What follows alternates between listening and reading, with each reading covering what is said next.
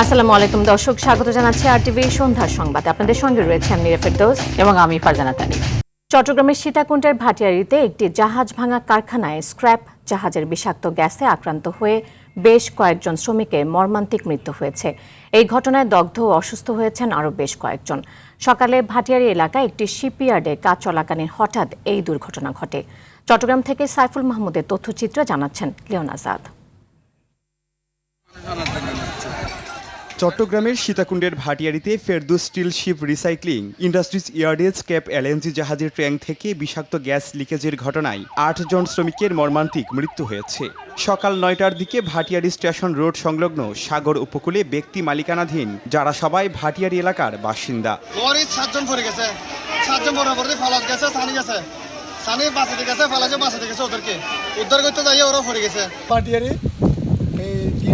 LNG জাহাজ কাটার সময় gas leak হয়ে এখানে অনেক শ্রমিক মৃত অবস্থায় পাওয়া গেছে। এখান থেকে উদ্ধার করে এনে অ্যাম্বুলেন্সে তোলা পর্যন্ত সকল কিছু এখানে করছে। আমার কথা হচ্ছে একটাই, এখানে 1000 কোটি টাকা খরচ করা হয় গিনিয়াটের জন্য, একটা অ্যাম্বুলেন্সের ব্যবস্থা করা হয় না। খবর পেয়ে কুমিরা ফায়ার সার্ভিস স্টেশন ও পুলিশ দ্রুত ঘটনাস্থলে পৌঁছে উদ্ধার কার্যক্রম শুরু করে। আহত শ্রমিকদের উদ্ধার করে চট্টগ্রাম মেডিকেল কলেজ হাসপাতালে নেওয়া হলে কর্তব্যরত চিকিৎসক 5 জনকে মৃত ঘোষণা করেন। পরবর্তীতে চিকিৎসাধীন অবস্থায় আরও শ্রমিক মারা যাওয়ায় মোট নিহতের সংখ্যা বেড়ে দাঁড়িয়েছে 8 জনে। লিঙ্কেজ থাকে বিষয়গুলো নিরাপত্তা তারা সঠিকভাবে নিরাপত্তা না দিয়ে থাকে বা কোনো নিরাপত্তার ব্যবস্থা না করে থাকে, আইনগত ব্যবস্থা পরে নেওয়া যাবে, তদন্ত করে বোঝানো যাবে এটা আসলে। গ্যাস নির্গমনের কারণ এবং ইয়ার্ডের শ্রমিকদের নিরাপত্তা ব্যবস্থা যথাযথ ছিল না বলে জানান ফায়ার সার্ভিস। ক্লোরিন গ্যাস অথবা কার্বন মনোঅক্সাইড গ্যাস, যেটা আমরা অত্যন্ত মারাত্মক বিষাক্ত গ্যাস, ওরা যখন এটা কাজ করছিল তখন এই গ্যাস আক্রান্ত হয়ে এই দুর্ঘটনা ঘটছে। নিরাপত্তাহীন আর কত ঝরবে প্রাণ? সীতাকুণ্ডের এই নির্মম মৃত্যু দেখিয়ে দিল ইয়ার্ডগুলোতে তদারকির অভাব। কঠোর নজরদারি আর কার্যকর পদক্ষেপে বন্ধ হোক এমন প্রাণহানি। লিওন আজাদ, আরটিভি। চট্টগ্রামের সীতাকুণ্ডে জাহাজ ভাঙা কারখানায় বিষাক্ত গ্যাসে 8 শ্রমিকের মর্মান্তিক মৃত্যুর ঘটনা দ্রুত তদন্ত করে ব্যবস্থা নেওয়ার কথা জানিয়েছেন অর্থমন্ত্রী আমির খসরু মাহমুদ চৌধুরী। দুপুরে জাহাজ ভাঙা কারখানা পরিদর্শন শেষে কথা জানান তিনি। এ সময় নিহতদের প্রত্যেক পরিবারকে 10 লাখ টাকা করে অর্থ সহায়তা দিতে কারখানা কর্তৃপক্ষকে বলা হয়েছে বলেও জানিয়েছেন তিনি। এটার জন্য আমরা একটা তদন্ত হতে যাচ্ছে, তদন্ত কমিটি হতে যাচ্ছে এবং তদন্ত কমিটির রিপোর্ট এর পরিপ্রেক্ষিতে ব্যবস্থা নেওয়া হবে, প্রয়োজনীয় যা যা করার তা করা হবে। দ্বিতীয় কথা হচ্ছে শিপব্রেকিং অ্যাসোসিয়েশন থেকে প্রত্যেক পরিবারকে ওরা 10 লক্ষ টাকা করে, আমরা বলেছি ওদেরকে কম্পেনসেশনের কথা, ওরা 10 লক্ষ টাকা করে প্রত্যেক ফ্যামিলিকে দেওয়া হচ্ছে। তো সরকারের পক্ষ থেকে আমরা কিছু দেব, সরকারের পক্ষ থেকেও। প্রয়াত সাবেক প্রধানমন্ত্রী এবং বিএনপি চেয়ারপারসন বেগম খালেদা জিয়ার জন্মদিন উপলক্ষে আগামীকাল রাজধানী সহ সারা দেশে দোয়া অনুষ্ঠানের আয়োজন করেছে বিএনপি। শুক্রবার রাজধানীর নয়াপল্টনে বিএনপির কার্যালয়ে দুপুরে সংবাদ সম্মেলন করে একথা জানান দলটির সিনিয়র যুগ্ম মহাসচিব রুহুল কবির রিজভী। তিনি জানান, বরাবরের মতো এবছরও গুলশানের কেন্দ্রীয় কার্যালয়ে বাদ আসর দোয়া হবে। এ সময় সরকারের 180 দিনের কর্মসূচি বিষয়ে দল থেকে শিগগিরই জানানো হবে বলে জানান তিনি। তবে সরকার বিগত 180 দিনে যতটুকু কাজ করেছে, আগামী 6 মাসে কাজের গতি আরও ত্বরান্বিত হবে বলেও জানান রিজভী।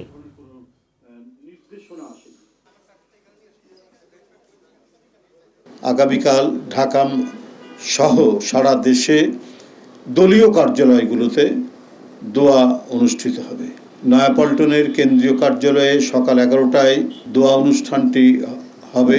এইভাবে সারা দেশের সকল দলীয় কার্যালয়ে বাংলাদেশ জাতীয়তাবাদী দল দোয়া অনুষ্ঠান পরিচালনা করবে। দলীয় এবং মন্ত্রীর পদ থেকে মির্জা ফখরুল ইসলাম আলমগীর এখনও পদত্যাগ করেননি বলে জানিয়েছেন সমাজ কল্যাণ মন্ত্রী ও বিএনপির স্থায়ী কমিটির সদস্য ডাক্তার এজেডএম জাহিদ হোসেন। তিনি বলেন, সংবিধান এবং নির্বাচন কমিশনের বিধান অনুযায়ী রাষ্ট্রপতি পদে নির্বাচিত হয়ে শপথ নেওয়ার আগ পর্যন্ত তার দায়িত্ব পালনে কোনো বাধা নেই। সকালে রাজধানীর গুলিস্তানে জাতীয় কিক বক্সিং প্রতিযোগিতার উদ্বোধন শেষে সাংবাদিকদের প্রশ্নের জবাবে তিনি কথা বলেন। মন্ত্রণালয়ের রদবদলের খবর সত্য নয় জানিয়ে মন্ত্রী বলেন, এটি একটি স্বাভাবিক প্রক্রিয়া। প্রধানমন্ত্রী যখন চাইবেন তখন মন্ত্রণালয় পরিবর্তন আনবেন। এর আগে মন্ত্রী বলেন, একটি অন্তর্ভুক্তিমূলক মানবিক বাংলাদেশ গড়ে তুলতে কাজ করছে সরকার।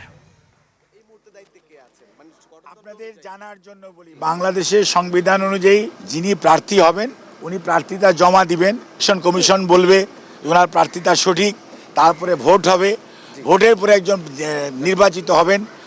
ও শপথ নেওয়ার আগ পর্যন্ত কোনো পদত্যাগ করতে হয় না। কাজেই আমাদের দলের মহাসচিব জনাব মির্জা ফখরুল ইসলাম আলমগীর এখনও মহাসচিব, উনি এখনও মন্ত্রী, এখনও স্থায়ী কমিটির মেম্বার এবং উনি আমাদের মহাসচিবের দায়িত্ব পালন করছেন। গত 5 মাসে বিএনপি টেন্ডার বাজি থেকে শুরু করে সব ক্ষেত্রে লুটপাটের বাজার বসিয়েছে বলে অভিযোগ করেছেন জামায়াতে ইসলামীর সেক্রেটারি জেনারেল মিয়া গোলাম পরোয়ার। দুপুরে খুলনা প্রেস ক্লাবের লিয়াকত আলী মিলনায়তনে আয়োজিত যুব সম্মেলন 26-এ প্রধান অতিথির বক্তব্যে তিনি অভিযোগ করেন। তিনি আরও বলেন, বর্তমান সরকার দলীয়করণের সব সীমা অতিক্রম করেছে এবং আওয়ামী লীগের আমলের মতো এখনও বিরোধীদের উপর দমন পীড়ন চলছে, কেবল দলের নাম পরিবর্তিত হয়েছে।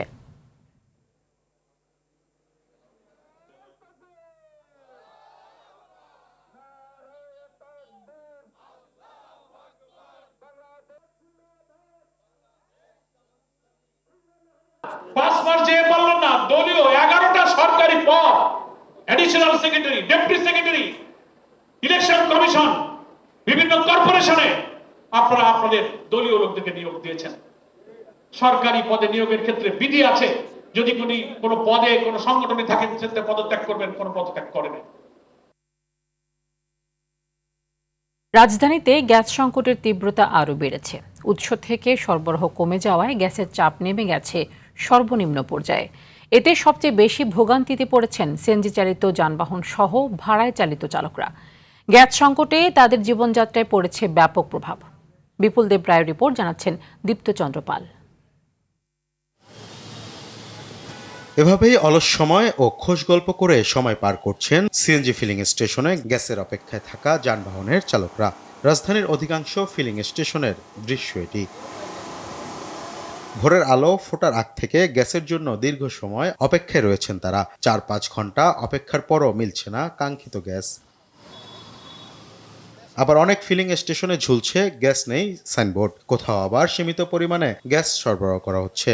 আগে আসলে তেল যে দাম বাড়াইছে, তেল ঠিক হয়ে গেছে, আর গ্যাসে আবার যদি দাম বাড়ায় গ্যাসও ঠিক হয়ে যাবে। এটা একটা শয়তানি করতে আছে, অন্য কিছু না। মানে গ্যাস গেলে কই, গ্যাস পাইছি 203 টাকার, কই গেলে চলবো আমাদের। চালকরা বলছেন গ্যাস সংকটে তাদের জীবনযাত্রায় ব্যাপক প্রভাব পড়েছে। 5 ঘন্টা 6 ঘন্টা আমাদের গ্যাস নেওয়া লাগে ভাই, তো আমরা কিভাবে চলবো? আমাদের তো সংসার আছে, মাহাজনের জমা আছে। এই যখন লাগাইছি 1 ঘন্টা থেকে বই রয়েছি, আবার এখানে এই যে গ্যাসের দাম 20, 30, 40, 50 টাকা, গ্যাসের চাপ না থাকায় চাহিদা অনুযায়ী গ্যাস সরবরাহ করতে পারছেন না বলে জানান সিএনজি ফিলিং স্টেশনের দায়িত্বরত এই কর্মকর্তা। ভোগান্তি তো অনেকদিন ধরেই চলছে, দীর্ঘ লাইন অনেকক্ষণ অপেক্ষা করার পর আসে, কিন্তু আসার পরে ওনারা তুলনামূলকভাবে গ্যাসটা পাচ্ছে না।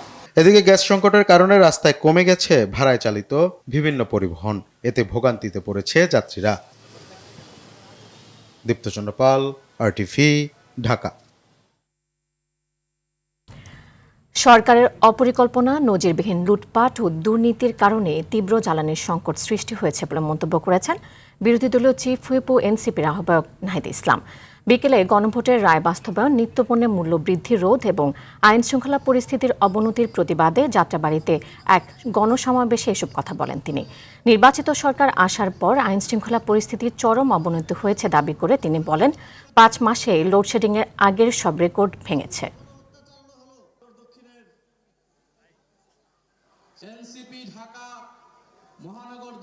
এই সরকার যদি গণভোটের গণরায় বাস্তবায়ন না করে, গ্যাস সরবরাহ করতে না পারে, গ্যাসের দাম যদি দাম না কমায়, বিদ্যুৎ যদি সরবরাহ করতে না পারে, কলকারখানা বন্ধ হয়ে যাচ্ছে, শিল্প কারখানা বন্ধ হয়ে যাচ্ছে, ব্যবসা বাণিজ্য বন্ধ হয়ে যাচ্ছে, চাঁদাবাজির কারণে কেউ ব্যবসা করতে পারছে না।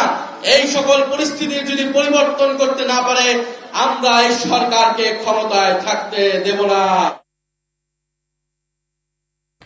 এদিকে ঘন ঘন লোডশেডিংয়ের কারণে পটুয়াখালীর অন্যতম বৃহৎ মৎস্য বন্দর আলিপুর মহিপুরে দেখা দিয়েছে তীব্র বরফ সংকট।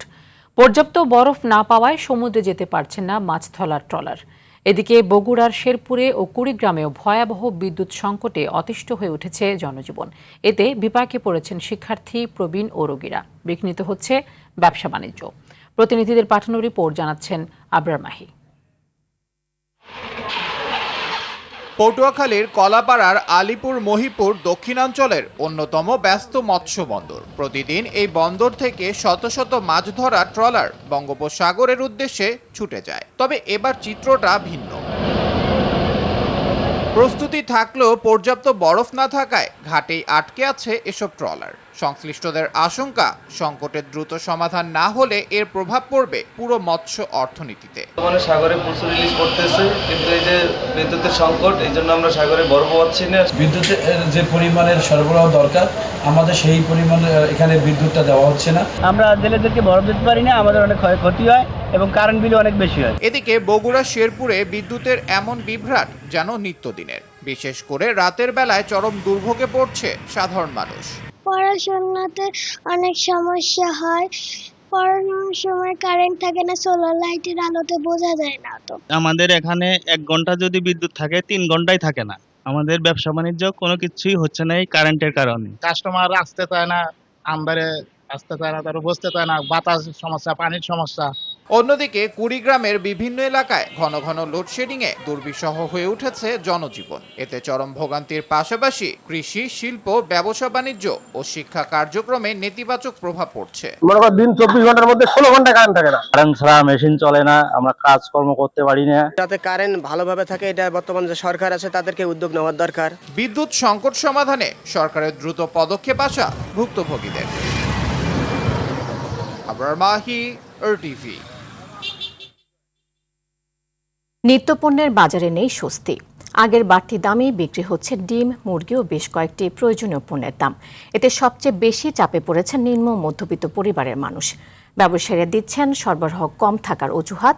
এদিকে আয় না বাড়লেও নিত্যপণ্যের বাজারের চলমান ঊর্ধ্বগতি ও বিকল্প জ্বালানি ব্যবহারে ব্যয় বেড়ে বিপাকে সাধারণ ক্রেতারা।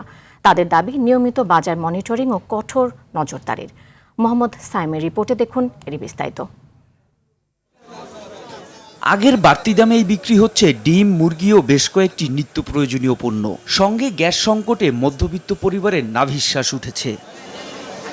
গরিবের আমিষের চাহিদা মেটায় ডিম। সেই ডিমের দামও 2 সপ্তাহ ধরে ডজনের দাম বেড়ে বিক্রি হচ্ছে 150 থেকে 160 টাকায়। লাল ডিম হইলো 140 টাকা ডজন, আর হালি হইলো 48 টাকা ডজন, সাদা হইলো 130 টাকা ডজন।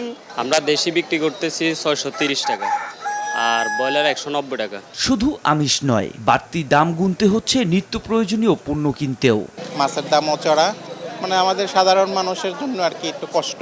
বাজেট নিয়ে আসতে হয়, তারপরে যাইতে হয়, আর কিছু তো করার নেই, খাইতে তো হবেই। ক্রয় সীমার আস্তে আস্তে বাইরে চলে যাচ্ছে আর কি। এইভাবে চলতে থাকলে ইনকাম তো এক জায়গায় বসে আছে।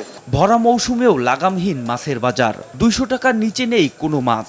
পাঙ্গাস আছে 180 থেকে 200 টাকা, কাতলা আছে 300 টাকা, আবার জাদা কাতল নিলে একটু দাম বেশি হয়, মরাগুলা 300 করে বিক্রি করতেছি। এদিকে সব ধরনের চালের দাম স্থিতিশীল থাকলেও 60 থেকে 80 টাকা বেড়ে 215 থেকে 230 টাকা কেজি দরে বিক্রি হচ্ছে পোলাও চাল। সিদ্ধ চালের দাম বাড়ে না, তো পোলাও চালের দামটা একটু বাড়তির দিকে, যে বাড়াটা ছিল ওই বাড়ার মতনই আছে, আর কমে নেই।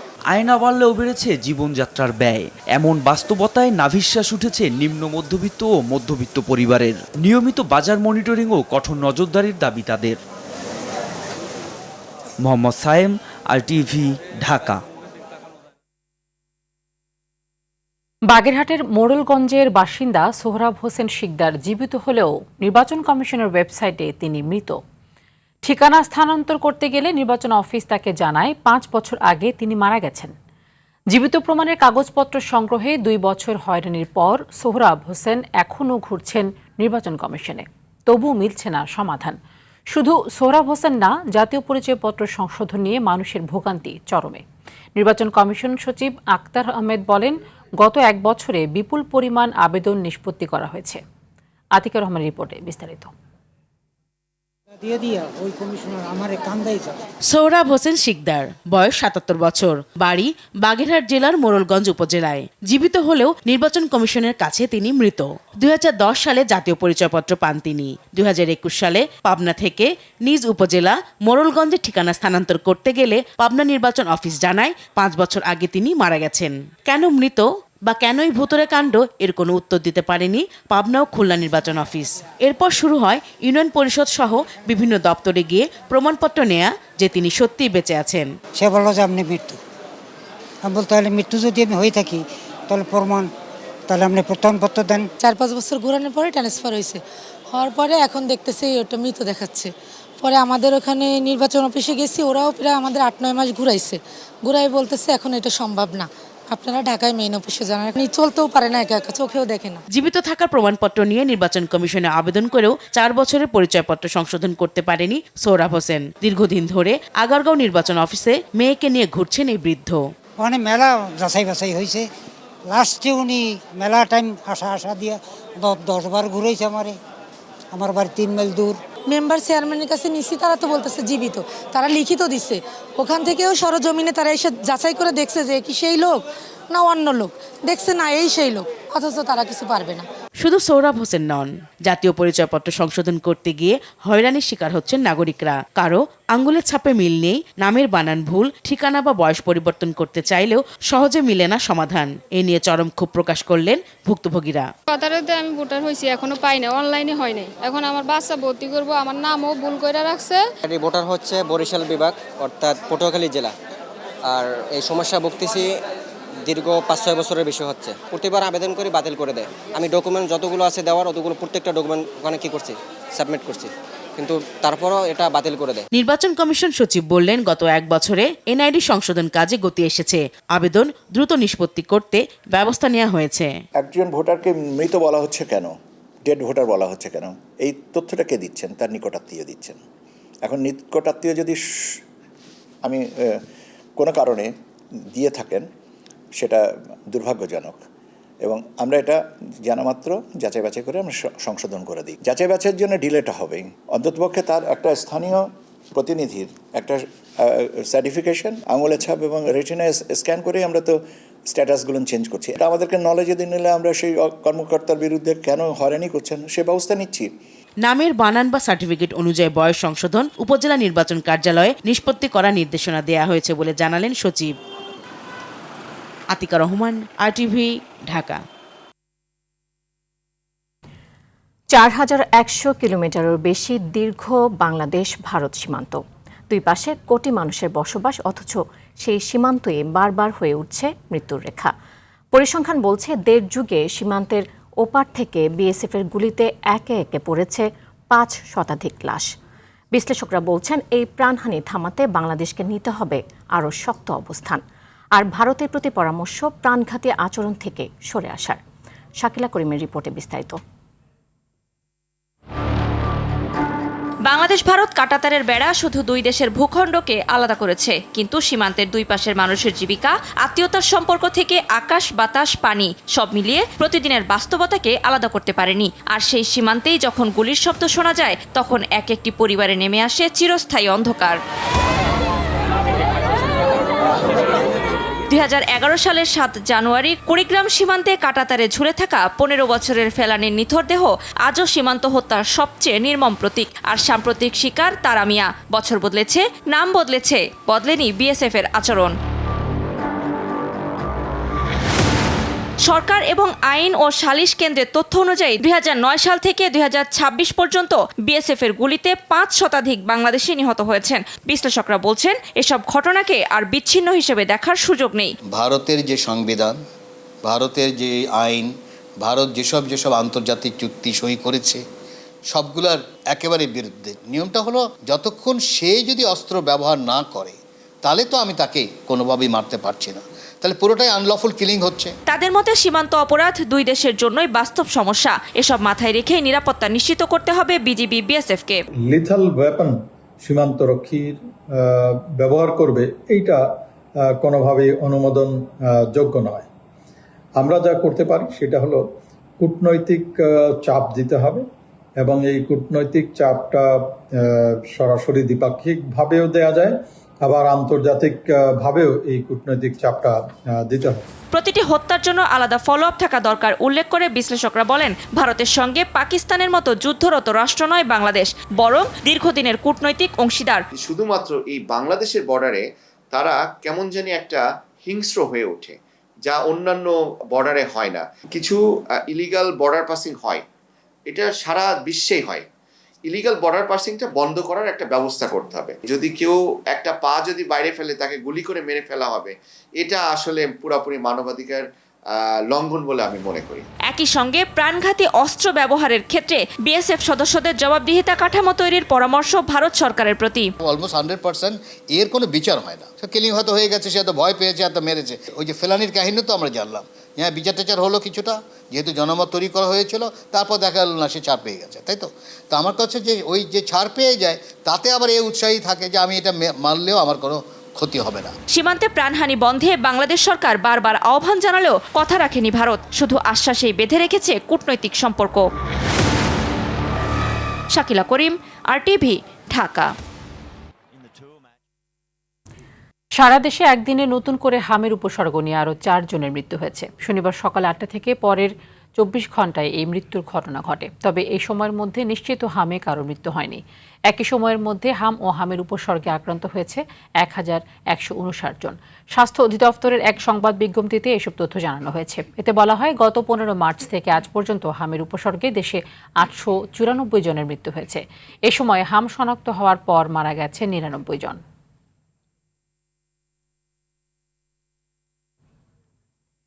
চলতি অর্থবছরে সিটি কর্পোরেশন, ইউনিয়ন পরিষদ ও পৌরসভা সহ 5টি নির্বাচন অনুষ্ঠিত হবে বলে জানিয়েছেন স্থানীয় সরকার, পল্লী উন্নয়ন ও সমবায় প্রতিমন্ত্রী মীর শাহে আলম। দুপুরে মৌলভীবাজারের শ্রীমঙ্গলে পরিচ্ছন্নতা কর্মীদের জন্য নির্মিত ভবন তৈরির কাজ, শহরের ময়লার ভাগাড় স্থানান্তর সহ রাধানগর মাহাজিবাজার রাস্তার কাজ পরিদর্শন করতে এসে কথা জানান তিনি। পর্যটন নগরী উন্নয়নে 1000 কোটি টাকার একটি প্রকল্প হাতে নেওয়া হচ্ছে বলেও জানান তিনি।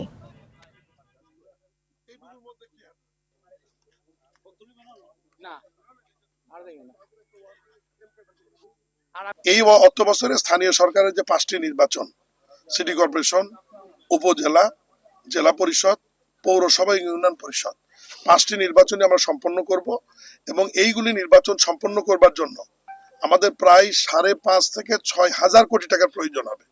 এবং বাজেটে এই বিগত পার্লামেন্টে যে 26-27 অর্থবছরে যে বাজেটটি অনুমোদন হয়েছে, সেই বাজেটের মধ্যে এই অর্থ সংকুলান করা আছে। রাজধানীর মোহাম্মদপুরে কোনো গ্যাং সক্রিয় নেই এমন দাবি করেছে র্যাব 2-এর অধিনায়ক নয়মুল হাসান। কিশোর গ্যাং লিডার এলেক্স ইমন হত্যা মামলার অন্যতম আসামি জহিরুল ইসলাম সহ 5 জনকে গ্রেফতারের পর মিডিয়া সেন্টারে প্রেস ব্রিফিংয়ে এই দাবি করেন র্যাব 2-এর অধিনায়ক নয়মুল হাসান। বলেন, গ্রেফতারের সময় তাদের কাছ থেকে 2টি বিদেশি পিস্তল, একটি 1 বন্দুক ও 7টি ধারালো দেশীয় অস্ত্র উদ্ধার করা হয়েছে। গেল 12 এপ্রিল মোহাম্মদপুর থানাধীন রায়ের বাজার বুদ্ধিজীবী বেড়িবাঁধ সড়কের ঢালে কিশোর গ্যাংয়ের 2 গ্রুপের মধ্যে সংঘর্ষে এলেক্স ইমনকে কুপিয়ে হত্যা করা হয়।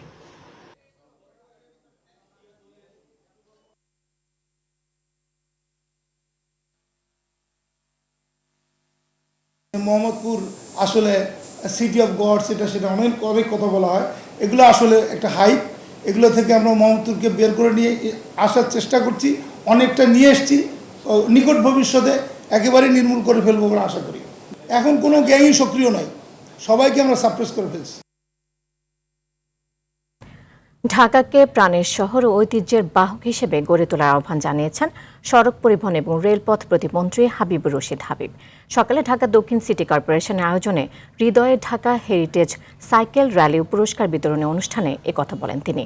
দোয়েল চত্বর থেকে শুরু হয়ে টিএসসি, শাহবাগ সহ বিভিন্ন সড়ক প্রদক্ষিণ করে নগর ভবনের সামনে এসে শেষ হয় সাইকেল র্যালি। পরে বিজয়ীদের মাঝে মেডেল ও সনদ বিতরণ করা হয়। অনুষ্ঠানে ঢাকা 7 আসনের সংসদ সদস্য হামিদুর রহমান, ঢাকা দক্ষিণ সিটি কর্পোরেশনের প্রশাসক মোহাম্মদ আব্দুস সালাম সহ ঊর্ধ্বতন কর্মকর্তারা উপস্থিত ছিলেন।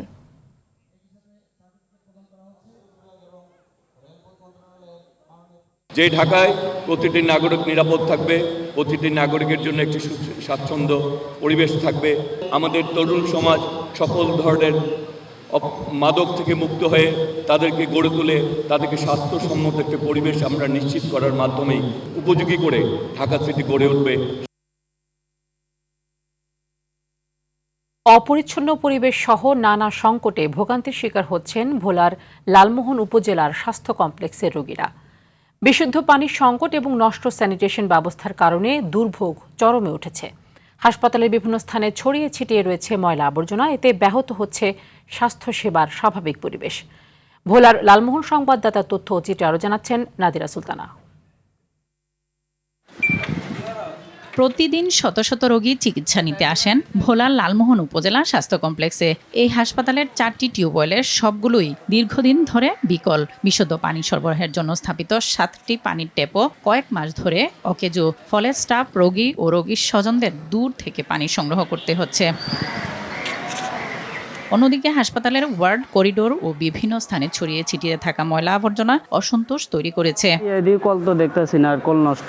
আশেপাশে একটা কল না, আমি অনেক দূর থেকে পানি আনছি। রোগীর সামনে ভর্তি করে রাখি, অনেক দূর থেকে যে মানুষ পরিশ্রম করে পানি আনে। অনেক সময় বাচ্চাদেরকে রাইখা একাই পানি আনতে যাইতে হয় অনেক দূরে, তাই রোগীর পাশে এবং বাচ্চাদের পাশে থাকার মতো কোনো মানুষই থাকে না।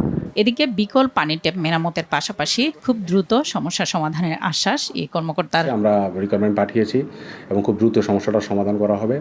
আর পরিচ্ছন্নতার ব্যাপারটা আমাদের তো পরিচ্ছন্নতা কর্মী নিয়ে অনেকটা সংকট আছে, তো এটা আমরা সিভিল সার্জন স্যার মহোদয়কে জানানো হয়েছে, স্যারের ব্যবস্থা নেবেন। এটা আসলে তো একটু সময় লাগবে, এটা তো আর একদিন হয় না, তবে আশা করি ইনশাল্লাহ খুব দ্রুত সমাধান হবে ইনশাল্লাহ। বিশুদ্ধ পানি, স্যানিটেশন ব্যবস্থায় এবং পরিচ্ছন্ন পরিবেশ একটি হাসপাতালের মৌলিক সেবার অংশ।